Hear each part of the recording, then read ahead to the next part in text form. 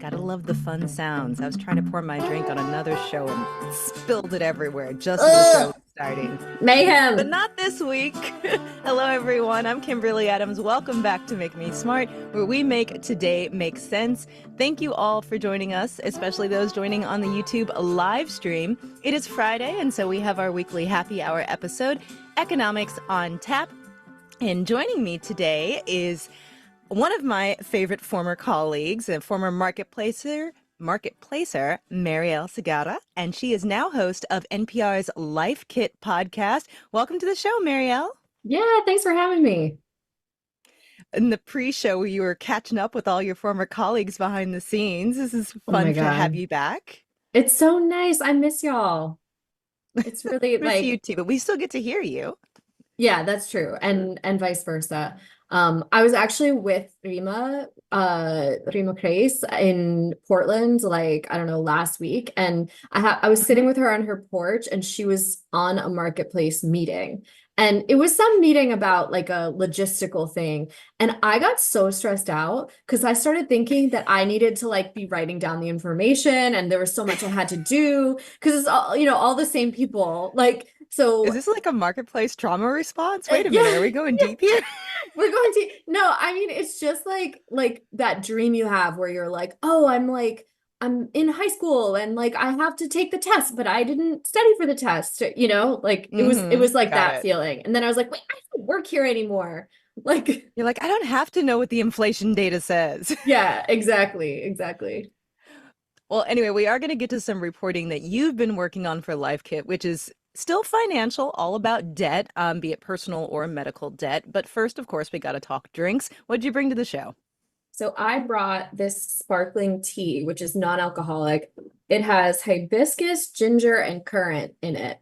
Um, Ooh, that looks delicious. Yeah, I got it in the Catskills, I think, and it says it's adaptogenic. I've never had something like this before, so maybe I'm gonna feel awesome.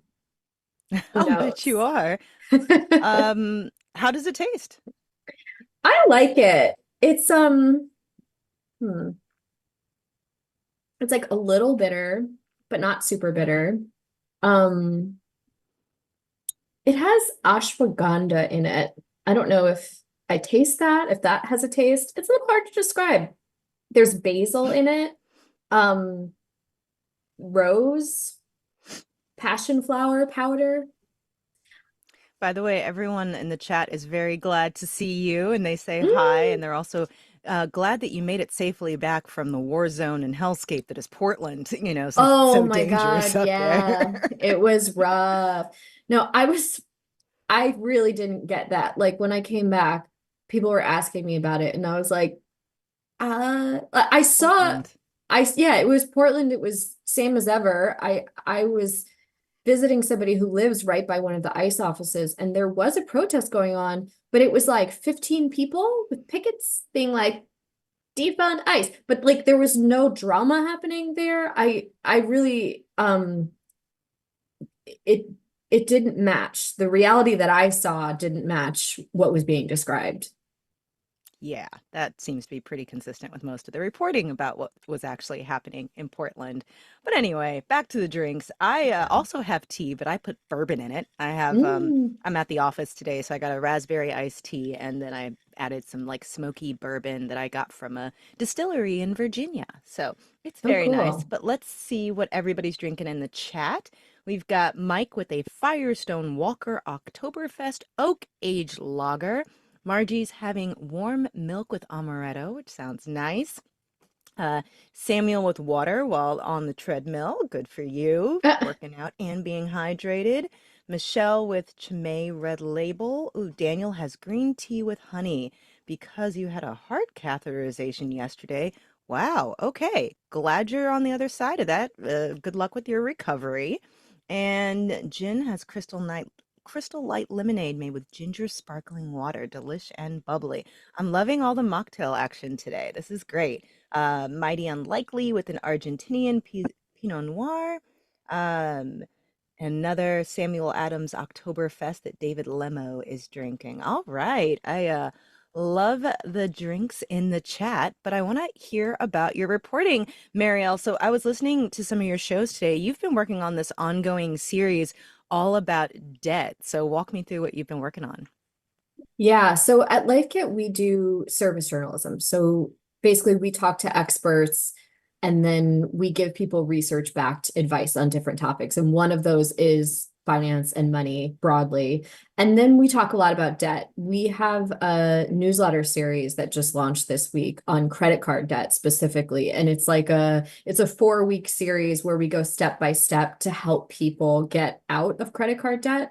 And when I say Hmm. credit card debt, I mean specifically carrying a balance on your credit card month to month, because you can use a credit card and pay off your statement balance by the due date, and then you won't be accruing interest. And that's how a lot of people use it to up their credit score and get credit card rewards. But if you don't pay off the full amount every month, then you do accrue interest. And if you don't even make your minimum payments, then you might get late fees, probably will, and eventually go into default. So this is the problem, and this is how debt can just snowball for people. Yeah. Yeah, so we wanted to Um, give people a step-by-step plan to get out of it. I felt so good. Like after I bought my house, I ended up running up a bunch of credit card debt, and it was just like I had to be so disciplined to pay it all down, and it was Yeah. just like such a weight off my back when I was able to clear the last of it. And in particular, and this is probably relevant, to some of the folks in the chat, you've been looking specifically as well at medical debt and how people can get help if they've got a lot of medical debt. What were some of the tips and tricks that you learned as you were talking to folks? Yeah, I learned so much. First of all, if you get a medical bill, pause, right? It is not, Hmm. even though they often say in all caps, due upon receipt, it's not actually Hmm. that urgent. You have time to figure it out. Um, the next thing is see if you qualify for financial assistance, which is also called charity care. This is something that nonprofit hospitals in the US have to offer it's typically based on income. They all have different rules for what the income threshold is. Um, and then also for-profit hospitals sometimes offer it, but they don't always tell you that they offer it. Often you'll get a bill in the mail, even if you could qualify for financial assistance. So it's on you, unfortunately, to Google and see like your hospital's name and then financial assistance, or your hospital's name, charity care. Hmm. And you can ask the hospital billing office the same question. And so that's number one, because you might be able to get your bill wiped out entirely or reduced just based on that. After that, if you don't qualify for that, you want to look and make sure that everything that is on the bill is actually a service that you had done, because Mm. there are errors all the time. I've had things happen, like I had a The hearing ear test. exam story. Yeah, I had a hearing test, and then they said that I had some weird ear procedure done that I was like, I didn't have that. I would have known if I had had that. It was just a hearing test, And the lady in the billing office was like, "Well, it says here in the notes you had it." And it's like, I didn't, but ultimately it was wiped off the bill. So you check them on that. You look, if you're not sure what something means on the bill, it'll have a code. You just search for it, do an online search to see what that Hmm. is. Um, After that, you can also negotiate your medical bills. So you can call up the billing office and say, what's the settlement amount? That's one way of putting it, which is how much do I have to pay you today to close out this bill? And often they Hmm. will cut it by 30% or something. You could also just say, can I get a discount? Or you could say, I'm struggling financially. Can I get a discount? There are lots of different ways to come at it. Or you could say, I don't think this is a reasonable amount to charge for this service. Can you lower it? That has also worked for me. Um, and then after that, for whatever's left, if you have an amount to pay off over time, don't put it on a credit card. Leave it with the medical office, pay them directly. if you're paying with a credit card, you just want to pay off your credit card bill every month, but pay in portions on a monthly basis, Hmm. get on a payment plan with them, because most often the medical billing office is not going to charge you interest. Whereas if you move all that debt over to a credit card, you're going to have to pay something like 20% interest on it. And I mean, I was telling the story about paying off my credit card debt, and you have a lot of really great examples in your show. But as you mentioned when I was listening, not everybody can, right? Sometimes, Yeah. like, you just don't make enough, or you have emergencies, or, people are in debt because of necessity. And, you know, I wonder how much of this factors in with shame, personal shame when dealing with financial debt. Yeah, it can be, people feel a lot of shame about it because we're told it means you're bad with money, and that it means there's even like a moral judgment attached to it. Hmm. Um, but what it means is that you don't have enough cash to pay for what you owe and what you've bought up to this point. Like, we could keep it pretty neutral. Now there are ways to try to build that safety net back for yourself, that emergency savings, and to pay down your credit card debt with the least interest possible. There are some Hmm. tips we have for that. But in general, it helps if you try to remove the shame aspect from it, because that often doesn't motivate us. In fact, like, it often motivates people to keep things a secret and to just put it away in a drawer and say, I can't deal with this because Hmm. this makes me feel bad about myself. We want to bring it into the light and look at, like, what do we actually need to do here? There are a bunch more tips in Marielle's show. You guys should go check out the episodes. We're going to have links in our show notes, but we are going to take a quick break. And when we come back, we are going to play a round of Head-lyin or Head-lyin with Marielle. We'll be right back.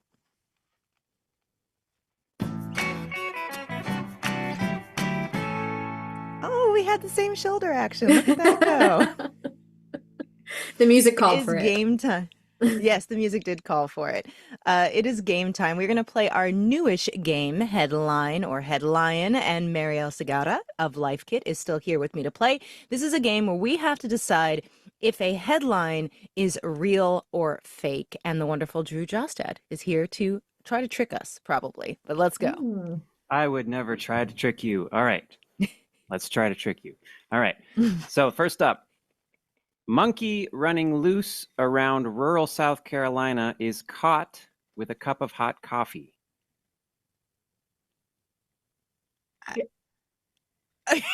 What? I I don't think know it's how a you're going Okay. to figure that headline. out. I think it's a headline, a real headline.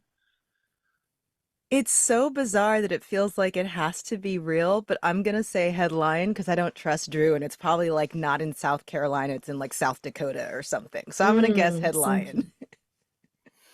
All right. Marielle takes this one. That's a real story from the Charleston, What? South Carolina Post and Courier. Somebody's pet spider monkey in Utahville, South Carolina, got loose and then was lured by somebody's cup of coffee. I guess the monkey liked the coffee. Wow, he needed his What? caffeine fix. Yeah. Life Like as a it's monkey is I'm hard.